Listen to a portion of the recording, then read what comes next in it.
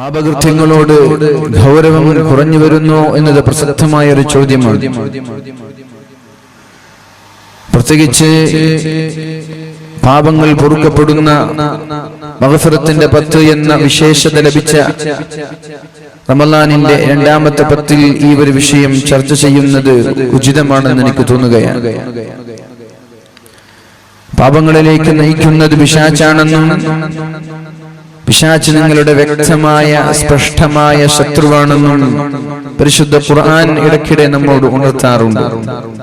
എന്നാലും പിശാചിന്റെ വലയങ്ങളിലും പിശാചിന്റെ കെണികളിലും നമ്മൾ പെടുകയും ചില ആളുകൾ നിരന്തരമായി ചില വൃത്തികേടുകളിൽ ചില തോന്നിവാസങ്ങളിൽ മുഴുകുമ്പോ മറ്റു ചിലർ അറിയാതെ ചില നൈമിഷിക താല്പര്യങ്ങളിൽ ദുർബലമായ നിമിഷം കൊണ്ട് പെട്ടുപോവുകയാണ്. ഏതായാലും നമ്മൾക്കിവിടെ ചർച്ച ചെയ്യാനുള്ളത് പാപങ്ങൾ ലഘൂകരിച്ച് കാണാൻ പറ്റുമോ ഇല്ലേ എന്നതാണ്. അങ്ങനെ ലഘൂകരിച്ച് കാണുന്ന ആളുകളോട് പടച്ച റബ്ബിന്റെ പ്രതികരണം എങ്ങനെ എന്നൊക്കെ നമ്മൾക്ക് ഇന്ന് ചർച്ച ചെയ്യണം. നമ്മൾക്കൊക്കെ അറിയുന്നത് പോലെ സൂറത്തുൽ അറാഫിൽ അല്ലാഹു റബ്ബ് സുബ്ഹാനഹു വ തആല നമ്മോട് പഠിപ്പിക്കുകയാണ്. വലഖദ് ഖലഖനാകും സുമ്മ സവ്വർനാകും സുമ്മ ഖുൽനാ ലിൽ മലായികതി ഇസ്ജുദൂ ലിആദം ഫസജദൂ ഇല്ലാ ഇബ്ലീസ ലം യകും മിനസ് സാജിദീൻ قال ما منعك ألا تسجد إذ أمرتك قال أنا خير منه خلقتني من نار وخلقته من طين الله رب سبحانه وتعالى മഹാനായ ആദം നബി അലൈഹിസ്സലാമിന്റെ മുമ്പിൽ സാഷ്ടാംഗം ചെയ്യുവാൻ മലക്കുകളോട് കൽപ്പിച്ചപ്പോഴാണ് ഇബ്ലീസ് വിസമ്മതിച്ചു പോയത്. എന്തേ നീ സുജൂദ് ചെയ്യാത്തത്? ഇബ്ലീസ് പറഞ്ഞു, എന്നെക്കാളും മോശക്കാരനായ ഒരാൾ, എന്റെ അത്ര പവിത്രതയില്ലാത്ത ഒരാൾ, എന്നോട് കമ്പയർ ചെയ്യാൻ പറ്റാത്ത ഒരാൾ, അയാളുടെ മുമ്പിൽ ഞാൻ സുജൂദ് ചെയ്യുകയോ? فاهبط منها فما يكون لك أن تتكبر فيها അഹങ്കരിക്കാനുള്ള സ്ഥലമല്ല സ്വർഗം, സ്വർഗത്തിൽ നിന്ന് ഇറങ്ങിപ്പോയിക്കോ എന്ന് അല്ലാഹു ഈ ഒരു അഹങ്കാരം കാരണം പിശാചിനോട് പറയുമ്പോഴാണ് സർവശക്തനായ റബ്ബിനോടൊരു വരം ചോദിക്കുന്നത്. റബ്ബി അൻളിർനീ ഇലാ യൗമി യുബഅസൂൻ, അല്ലാഹുവേ സ്വർഗത്തിന്റെ സുഖങ്ങളിൽ നിന്ന് നീ എന്നെ ആട്ടിയോടിച്ചപ്പോൾ എനിക്കത് പ്രശ്നമല്ല, എനിക്കതൊന്നും കുഴപ്പമില്ല. പക്ഷേ ഖിയാമത്ത് നാൾ വരെ ജീവിക്കുവാൻ എനിക്ക് അവസരം തരണം.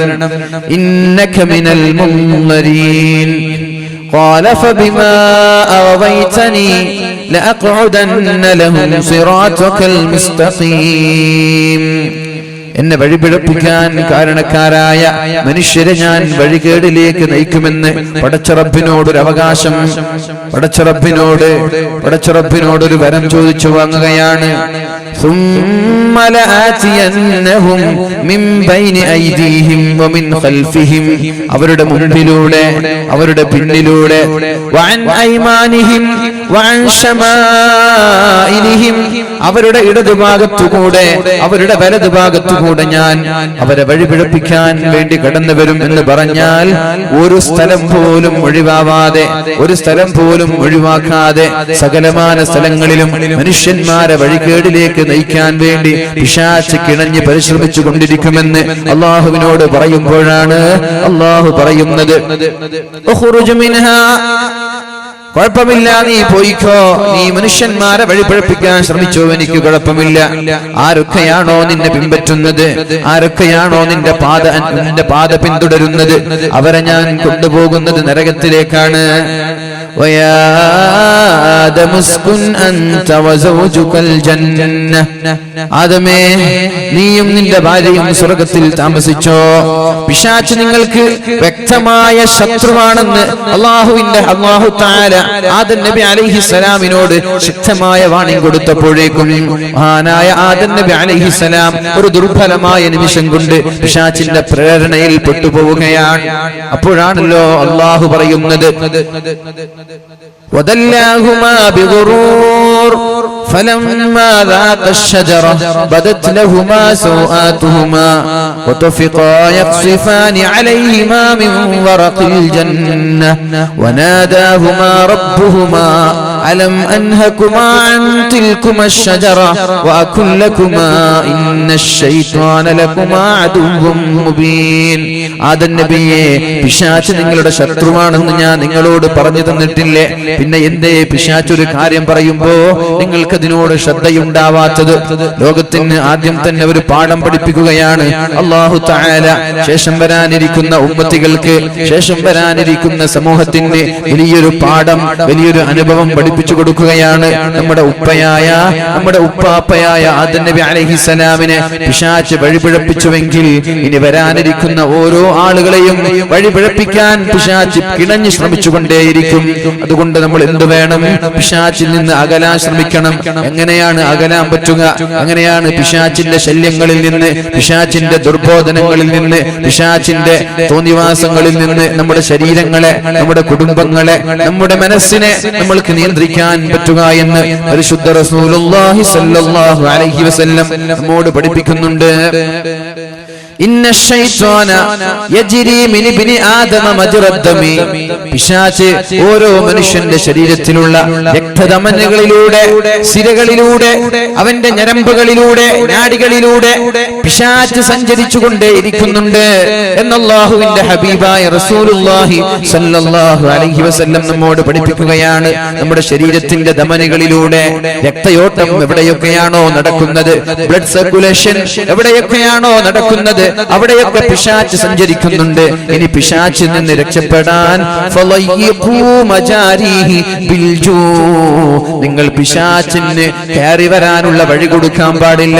പിശാച് ശരീരത്തിലേക്ക് കയറി വരുന്നത് ഒരുപാട് ഭക്ഷണം കഴിക്കുമ്പോഴാണ്, ഒരുപാട് തിന്നുമ്പോഴാണ്. അതുകൊണ്ട് തിന്നല്ലേ, നിങ്ങൾ വിശപ്പ് സഹിക്കണം, ഒരുപാട് പട്ടിണി കിടക്കണം. പട്ടിണി കിടക്കുമ്പോഴാണ് പിശാചിന് നിങ്ങളുടെ ശരീരത്തിലേക്കോ നിങ്ങളുടെ ഞരമ്പിലേക്കോ കയറാൻ പറ്റാതിരിക്കുന്നത്. നിങ്ങൾ പട്ടിണി കിടന്നാൽ പിശാചിന് നിങ്ങളുടെ ശരീരത്തിലേക്ക് കയറാൻ പറ്റില്ലെന്ന് പരിശുദ്ധ റസൂലുള്ളാഹി സ്വല്ലല്ലാഹു അലൈഹി വസല്ലം. അതുകൊണ്ടാണല്ലോ പരിശുദ്ധമായ റമദാൻ വരുമ്പോൾ പിശാചിനെ കെട്ടിയിടുന്നത്. ആരും ഭക്ഷണം കഴിക്കുന്നില്ല, എല്ലാവരും വിശപ്പ് സഹിക്കുന്നു. വിശപ്പ് സഹിക്കുമ്പോഴേക്കും നമ്മുടെ ശരീരത്തിലേക്ക് കയറിക്കൂടാൻ പിശാചിന് സാധിക്കുന്നില്ല. അപ്പൊ ശരീരത്തിൽ നിന്ന് പിശാചിനെ ആട്ടിയോടിക്കാൻ ഏറ്റവും നല്ല ആയുധം അത് പട്ടിണി കിടക്കലാണെന്ന് മുഹമ്മദുർ റസൂലുള്ളാഹി സ്വല്ലല്ലാഹു അലൈഹി വസല്ലം, അല്ലാഹുവിന്റെ ഹബീബായ റസൂലുള്ളാഹി സ്വല്ലല്ലാഹു അലൈഹി വസല്ലം തന്റെ പ്രിയപ്പെട്ട പത്നിയോട് പറയുന്നുണ്ട്. ആയിഷ, ആയിഷ, ദാവിമി ഖർഅ ബാബിൽ ജന്നതി ബിൽ ജൂ, ദാവിമി ഖർഅ ബാബിൽ ജന്ന. സ്വർഗ്ഗത്തിന്റെ കവാടങ്ങൾ മുട്ടിക്കൊണ്ടേയിരിക്കണം ആയിഷ, സ്വർഗ്ഗത്തിന്റെ കവാടങ്ങൾ മുട്ടിക്കൊണ്ടേയിരിക്കണം ആയിഷ. ആയിഷ ബീവി ചോദിച്ചു, യാ റസൂലല്ലാഹ്, എങ്ങനെയാണ് സ്വർഗ്ഗത്തിന്റെ വാതിൽ മുട്ടുക? ഇത് മുട്ടുവീൻ തുറക്കപ്പെടുമെന്ന് പറയുന്നത് പോലെ തുറക്കപ്പെടുന്ന വാതിലല്ലല്ലോ, എങ്ങനെയാണ് ഇത് തുറക്കപ്പെടുന്നത്? അപ്പോഴാണ് അല്ലാഹുവിന്റെ ഹബീബ് പറഞ്ഞത്, ഒരുപാട് പട്ടിണി കിടക്കുമ്പോ, ഒരുപാട് വിശപ്പ് സഹിക്കുമ്പോ സ്വർഗ്ഗത്തിലേക്കുള്ള എളുപ്പവഴി നിനക്ക് ലഭിക്കാമെന്ന് അല്ലാഹുവിന്റെ റസൂൽ സല്ലല്ലാഹു അലൈഹി വസല്ലം ആയിഷ ബീവി റളിയല്ലാഹു അൻഹയോട് പഠിപ്പിക്കുകയാണ്. അതുകൊണ്ടാണ് റഅയ്തുൽ ഹിലാൽ തുമ്മൽ ഹിലാൽ തുമ്മൽ ഹിലാൽ, ഒന്നാമത്തെ ചന്ദ്രനെ കണ്ടു, രണ്ടാമത്തെ ചന്ദ്രനെ കണ്ടു. 3 മാസമായി അല്ലാഹുവിന്റെ ഹബീബിന്റെ വീട്ടിൽ അടുപ്പത്ത് തീ പുകഞ്ഞിട്ടില്ല എന്ന് പറഞ്ഞത് പിശാചിനെ ശരീരത്തിൽ നിന്ന് അകറ്റാൻ വേണ്ടിയാണ്, വെറുതെയല്ല. ഉമ്മഹാത്തുൽ മുഅ്മിനീൻ, നമ്മുടെ മുഅ്മിനീങ്ങളായ മുഅ്മിനാത്തുകളായ സകലമാന അടിമകളുടെയും ഉമ്മമാരാണല്ലോ അല്ലാഹുവിന്റെ ഹബീബിന്റെ ഭാര്യമാർ. അവർ പട്ടിണി കിടന്നാലേ പിശാചിന്റെ ശല്യങ്ങളിൽ നിന്ന് അവർക്ക് രക്ഷപ്പെടാൻ പറ്റുകയുള്ളൂ. നമ്മൾക്കും പിശാചിന്റെ ശല്യങ്ങളിൽ നിന്ന്, പിശാചിന്റെ തോന്നിവാസങ്ങളിൽ നിന്ന് രക്ഷപ്പെടാനുള്ള മാർഗം പട്ടിണി കിടക്കലാണ്. അപ്പോൾ കഞ്ചാവിന്റെ ആവശ്യമില്ല, സ്മോക്ക് ചെയ്യേണ്ട ആവശ്യമില്ല, വ്യഭിചാരങ്ങളുടെ ആവശ്യമില്ല, ഒരുപാട് തോന്നിവാസങ്ങളുടെ ആവശ്യമില്ല.